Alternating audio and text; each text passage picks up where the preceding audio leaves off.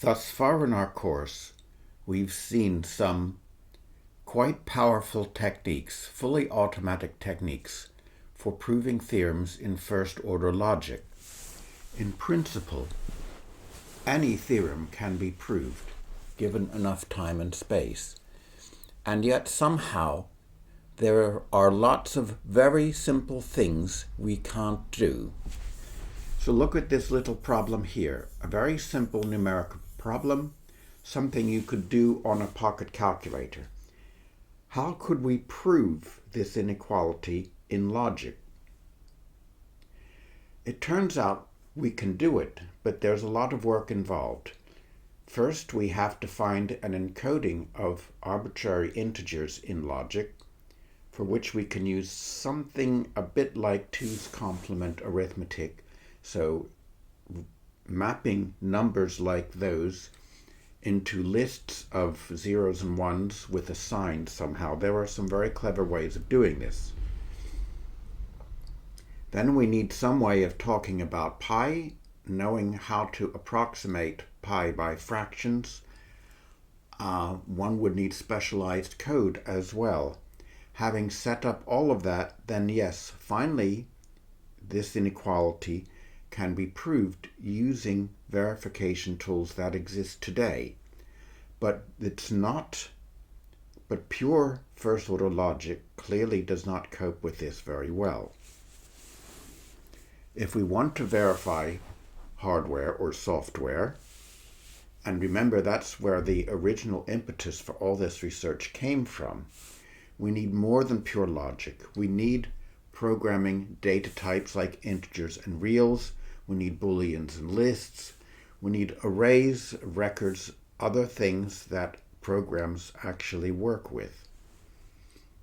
And yet with all of those things, we also need logic. So we still need to be able to do normal logical reasoning in the presence of such data structures. So combining logical reasoning with these theories is one of the key issues in the field of automated verification. One big part of this is the so-called decision procedures. So a decision problem is some formally stated question with a yes or no answer. So the question of whether a given number is prime or not is one example, and of course this is decidable. There is an algorithm to test whether a number is prime or not. Or is a particular string accepted by a particular grammar? This is simply the parsing problem, and it's decidable. If you have a more general notion of grammar, in fact, this can become undecidable. And what does undecidable mean? It simply means there is no algorithm that can be counted on to give us a yes or no answer and definitely terminate. Many problems concerned with logic turn out to be hard, such as propositional satisfiability. Is a given propositional formula satisfiable? That turns out to be NP-complete, and as you probably know, if something is NP-complete, then it probably takes exponential time. The halting problem for Turing machines or register machines is undecidable. That means there is no algorithm that can examine an arbitrary program or an arbitrary Turing machine and determine whether it halts or not. And this algorithm itself, of course, we're asking it always to terminate in order to satisfy the halting problem.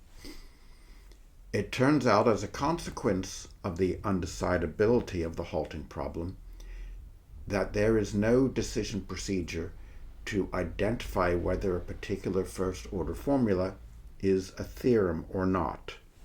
The reason there isn't is that we can code the very question of whether a Turing machine halts by a first-order formula, such that proving the theorem would amount to a proof that the Turing machine halted. Also, the theory of integer arithmetic is undecidable. And here also being that there are statements in arithmetic that are not even derivable from any particular set of axioms. So there are many, many things that we cannot do algorithmically. Obviously, we are going to focus on the ones that we can solve. They are all incidentally going to take at least exponential time. So, examples of decidable things we can use. DPLL is a decision procedure for propositional formulas for both the satisfiability and validity questions.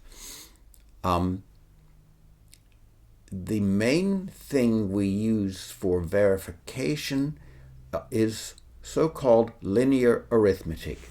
Here, typically, we're interested in the integers or the reals, and we choose a subset, a particularly easy subset to work with. So, formulas involving integers or reals that are compared using less than, equals, etc., and where expressions may be built up using addition and subtraction, but not multiplication and division in general. We do allow multiplication by a constant simply because, for example, 2x can be coded as x plus x, so it can be reduced to addition. And likewise, division, one can rewrite a formula to eliminate division by a constant.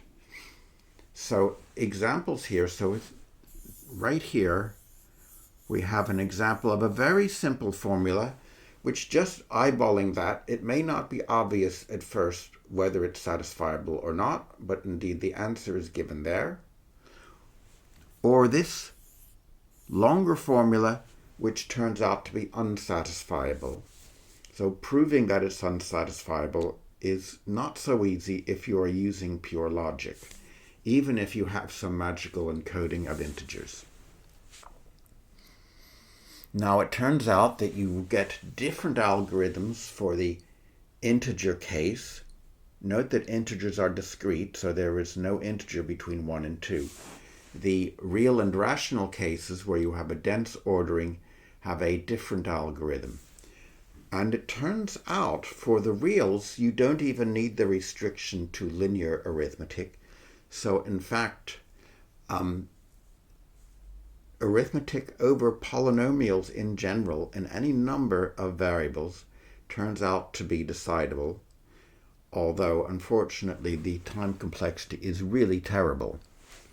But it turns out because it's decidable, the entire field of Euclidean geometry, all those circles and triangles and things that you may have learned in school, it is actually a decidable branch of mathematics, because all of those Euclidean type theorems can be expressed using Cartesian coordinates, using polynomials.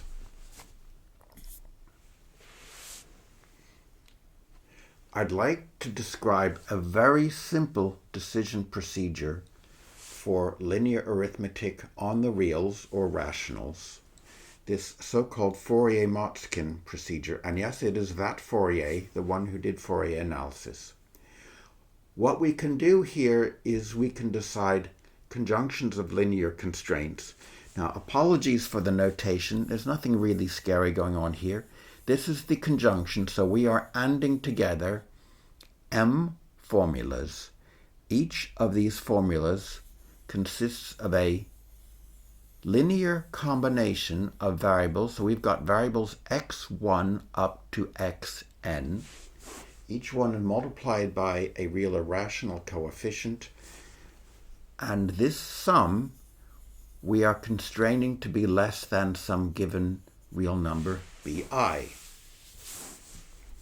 This may look ugly, but you can easily see, I hope, that equalities and strict inequalities can also be expressed, or indeed one could extend the algorithm fairly easily to handle those things directly. The idea of Fourier-Motzkin variable elimination is to eliminate the variables one by one, in the example here, we will always eliminate the last variable, xn, so that we are left with n minus 1 variables, and thus we just repeat this procedure until finally there is nothing left. At which point either we will have demonstrated a contradiction, or if not, then we have shown the satisfiability of the formula. This variable elimination resembles Gaussian elimination for solving a system of linear equations. So if you've ever done any exercises with, for example, eliminating variables in a system of, say, 3 or 4 simultaneous linear equations, then you can do this. This is one of the earliest arithmetic decision procedures to be used. I'm afraid its complexity in the worst case is pretty horrible. Yes, that is a tower of exponential. Well, it's just a hyper-exponential. We would normally look at such a time complexity and say, forget it, this algorithm is totally useless. In fact, it is usable. There are better algorithms, but it is actually usable. One reason being, I guess, that many of the problems that we will deal with are relatively small. Now, how exactly do we eliminate variables here? Well, first I'm going to give you the formal treatment, and then I will give you an example which I hope will make it a little more straightforward. So let's suppose we are going to eliminate variable xn. And if you can look back at the previous slide, we have m constraints, I going from 1 to m. We have to look at each one in turn. And we do this calculation here. So we calculate this beta I. And this, as you can see, is built up of the other variables and their coefficients. And this little b here, which was the variable in constraint I. And then we rewrite this constraint to have the following. For basically, we are solving for xn. So in particular, if the coefficient of xn was positive, then when we divide by it, the inequality stays as a less than. And if the coefficient of xn was negative, then we have to negate both sides. And by the way, if the coefficient of xn is 0, then xn isn't mentioned there, so we forget about it.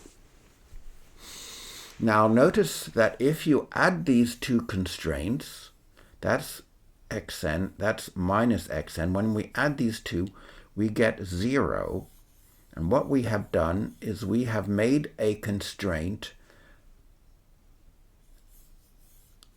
What I'm doing here, this one is for a different I, right? So this is for I. This is for some other constraint, I prime.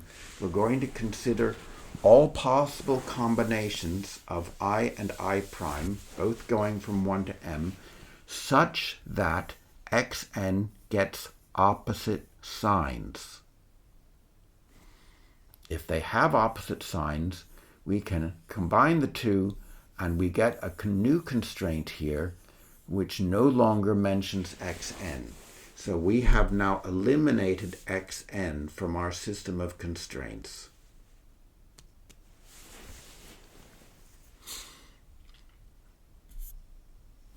Here's a little example. So let's suppose we are given in the beginning these 4 inequalities. The point being, of course, that it's simply not obvious for us whether this system of inequalities is satisfiable or not. Now, what I would normally do if this were a live lecture is I would work out the eliminations on the other projector. But as I can't, what we've got to do is wait until the next slide where I will do it. But just believe me for now to say that if I combine this one, x less than or equal to y, with that long one over here, we're going to end up with z less than or equal to 0. If we combine x less than or equal to z with minus x plus y, etc., we get that y plus z less than or equal to 0. And finally, the last one we just carry along. And incidentally, I haven't gone through the formal rigmarole on the previous slide because I'm being a little informal here, and it is obvious how to eliminate x from the first column, and that's what I've done. Now what? Well, it makes sense to eliminate z because z is positive here and negative there. When we add these two, z minus z, okay, that gives us 0. 0 plus minus 1 gives us minus 1. We have just proved 0 is less than or equal to minus 1, which happens to be false. Therefore, the original problem is unsatisfiable. Now, I would like to just work out for you what I did there. So here we are. X less than or equal to y. We add it to the other one. You see the x's cancel out. We have y over there. They cancel out. We divide by 2. Z less than or equal to 0. And over here, we add the 2. We get y plus 2z less than or equal to z. The z's can be cancelled, and that yields us the other constraint. Of course, a proper decision procedure is not just going to eyeball the problems, and there are some very clever algorithms for solving these problems, although I believe they are all hyperexponential in terms of time complexity.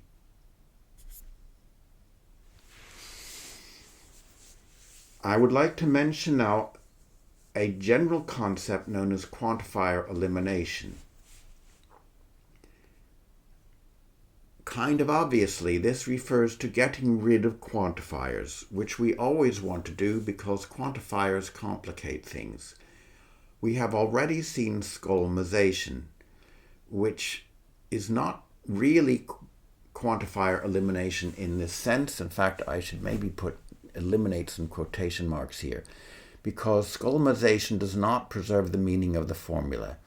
What I'm concerned with here is how to eliminate quantifiers while precisely preserving the meaning of the formula. So we somehow replace a quantified formula by an equivalent quantifier-free formula. This is not always possible, but this is how Fourier-Motzkin works. So, for example, when we apply Fourier-Motzkin to this formula here, and normally we see it without the existentials, but here, strictly speaking, the existentials are there, and Fourier-Motzkin is saying that the original existentially quantified formula is equivalent to this other formula from which the variable y has been eliminated along with its quantifier. And then finally, x is also eliminated, and we have a quantifier-free formula, which thankfully is simply true.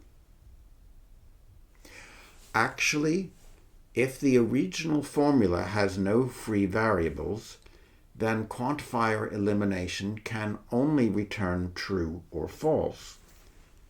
That may seem very cool, but it's very simple. Quantifier elimination cannot introduce variables because any free variables would change the meaning of the formula. The only quantifier-free formulas that contain no variables are true and false. Nevertheless, things are not necessarily going to be very easy for us.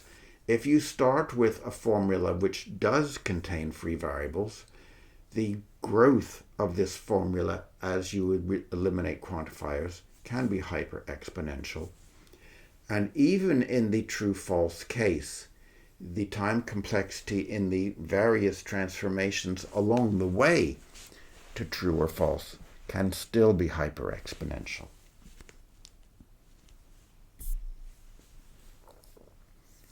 Now, a brief look at some other decidable theories.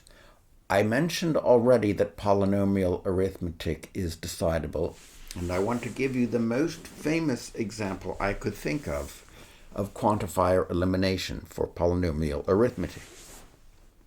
You all know what a quadratic equation is.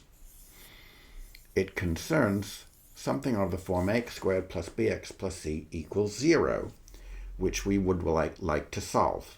You all know the quadratic formula. I hope you all have it memorized. Of course, the existential quantifier is here because this particular formula is not concerned with the answer, the solution to the quadratic equation, but merely to the question of whether solutions exist. So when do solutions exist? They exist if and only if, and now you remember your quadratic formula, and you know that b squared must be greater than or equal to 4ac if that thing is going to have a real solution.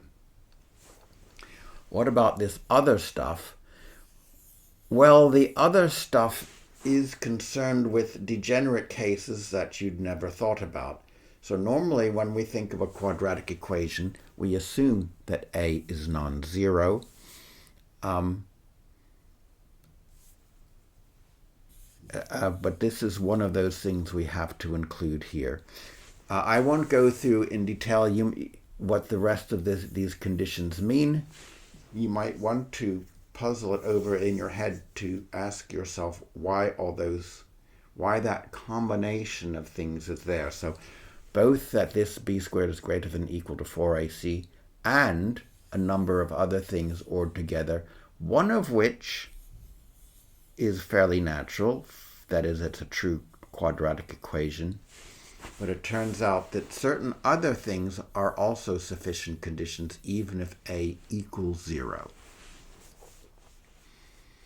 I have to say, I cheated even with this example. If you give it to a software package to perform quantifier elimination, it may give you something a good deal uglier than that. Now here further on the slide, I'm listing some other decision procedures that can be used for integer arithmetic. And incidentally, if you're interested in logic, you may have heard of Pressburger arithmetic, named after a Mr. Pressburger, who proved that for integers, first-order logic with integers, linear integers, that is, no multiplication or division, is decidable. It turns out that all of these decision algorithms have a running time that can be written like that. So quite a horrible thing. Now, there's been a lot of work in the general area of decision procedures for all the things found in code. In particular, there has been a focus on arrays because traditional code does a lot of array subscripting. That indeed is where a lot of the linear constraints came from that people were worried about. People have also been interested in lists and stacks and bit vectors and all kinds of other things. And there has been a lot of work done on combining different solvers to make a single solver that can deal with a lot of different theories at the same time. And we will look at that in just a moment, but just in one particular example. So how can we do this? If you look simply at linear arithmetic, and linear arithmetic plus logic is a thing that a lot of people want to do already, although they have other decision procedures they're also interested in. It turns out the existing decision procedures can already do some logic. Typically they want existentially quantified conjunctions, as we have seen. So the formulas need to be rewritten into disjunctive normal form with all universal quantifiers eliminated with the help of negation. The trouble is this sort of reasoning, that is the logical part of the work that your decision procedure is going to do, will work very badly. And we have at the same time a really powerful technology for doing logic, namely DPLL. By the way, if you want to know how do we combine it with resolution, the answer is it's lots harder, though people are trying.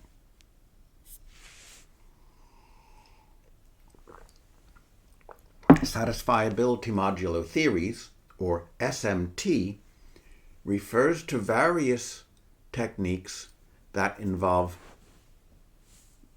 building on a SAT solver, building upon DPLL to kind of hook in the use of another decision procedure. What we're going to do here, now remember, DPLL only works with propositional logic. It only deals with things that can be true or false. So now we're going to cheat in a weird way. We are going to use literals like, for example, 2x plus y. But you must be careful. DPLL does not know anything about x or y. DPLL cannot reason about numeric variables. When we have a clause with a literal like 2x less than y, you should regard the entire thing as the very weird name of a predicate symbol. So DPLL will reason about these things without having any idea what 2x less than y means. The point is we're going to separate the tasks. DPLL is going to look at the purely logical part and look for a model. But then, if your model is asserting that this thing is true, then we will ask a decision procedure whether 2x less than y is possible. If the decision procedure is happy, then you've got a model. So in other words, if the decision procedure finds that the model of your clauses viewed as propositional logic also is satisfiable in the decision procedure, then you indeed have a model and you're finished. However, in many, many cases, the decision procedure will complain that the atomic symbols, these things, these 2x less than y's and so on, that you have come up with do not make sense together. In other words, as far as the decision procedure is concerned, that combination is false. Then you will obtain a new clause that will be given to you from the decision procedure, which basically says that combination is false, and then you return to DPLL and continue. Otherwise, it behaves like DPLL. So let's take a look. This is a very, very brief example, but I'm just trying to show you what it looks like. So in this example, you see I've got these 4 clauses. These literals are, remember, from the point of view of DPLL, they are purely atomic. So we do know, DPLL does know that C not 0 is the negation of C equals 0. So it knows that much. It knows that not B less than A is the negation of B less than A. And that's just about all it knows. So it certainly has no idea that there might be some connection between, let's say, 3A greater than 2 and 2A less than B, because it has no idea about A and B at all. Now, if we run this teeny tiny example using DPLL, it will notice that there's a unit clause, namely B less than A. And when it deals with that in the usual way for unit clauses, this clause will be kept, that clause will be kept, and in this last clause, the negation of B less than A will be dropped. This is perfectly normal DPLL. Now what have we got? Another unit clause, namely C not equal to 0. Doing our same unit propagation, the C equals 0 will be dropped over there. Finally, we come to here and we have 2a less than b as a unit clause, and this will be then assumed to be true, with that assumed to be true. Continuing, we will do a case split on the last clause, and what comes out of here is a model in the sense of DPLL. DPLL will say, I found a model. It contains the following literals. This one, this one, this one, and this one. And remember, DPLL knows absolutely nothing about the structure of these literals, so it has no idea that there is an A in here and an A in there, for example. But it then delivers these 4 literals to its decision procedure sitting next to it. And the decision procedure says, nope.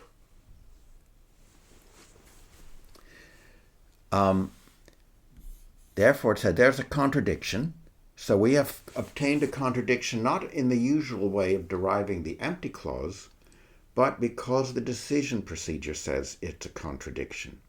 So the part of the case split that says 3a greater than 2 has been refuted by the decision procedure, and moreover, to guide the proof further in the future, the decision procedure gives us a new clause.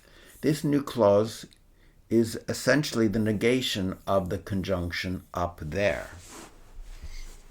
So it says, no, you cannot have b less, you must have either that b is not less than a, or 2a is not less than b, or 3a is not greater than 2.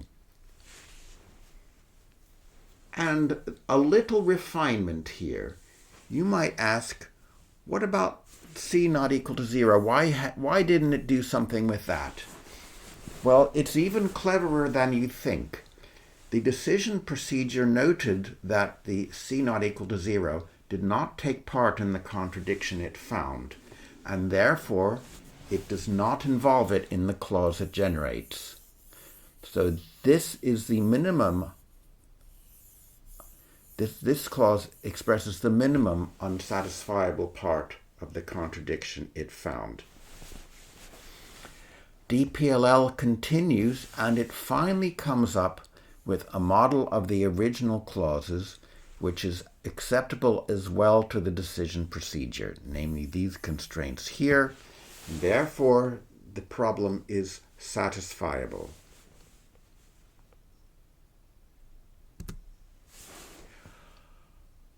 I want to really stress, because of the agony of marking examination scripts in which students have somehow started doing DPLL with things that have variables in them, not to do an SMT solver, but just because they think somehow it works.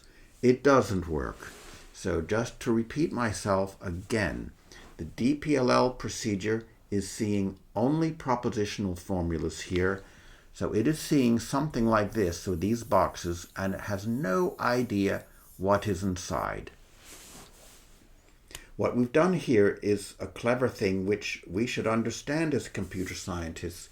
We have 2 independent ways of solving a problem, and we are combining them through a very intelligent interface. SMT solvers have become so successful and popular that for many people the word theorem prover actually refers to an SMT solver.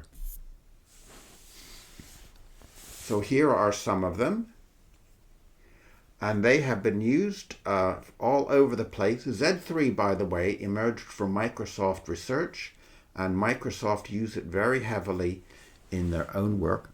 I've used it myself, and they have been, I'm sorry to use the word transformative, but they have really been transformative in what people can do in advanced program analysis.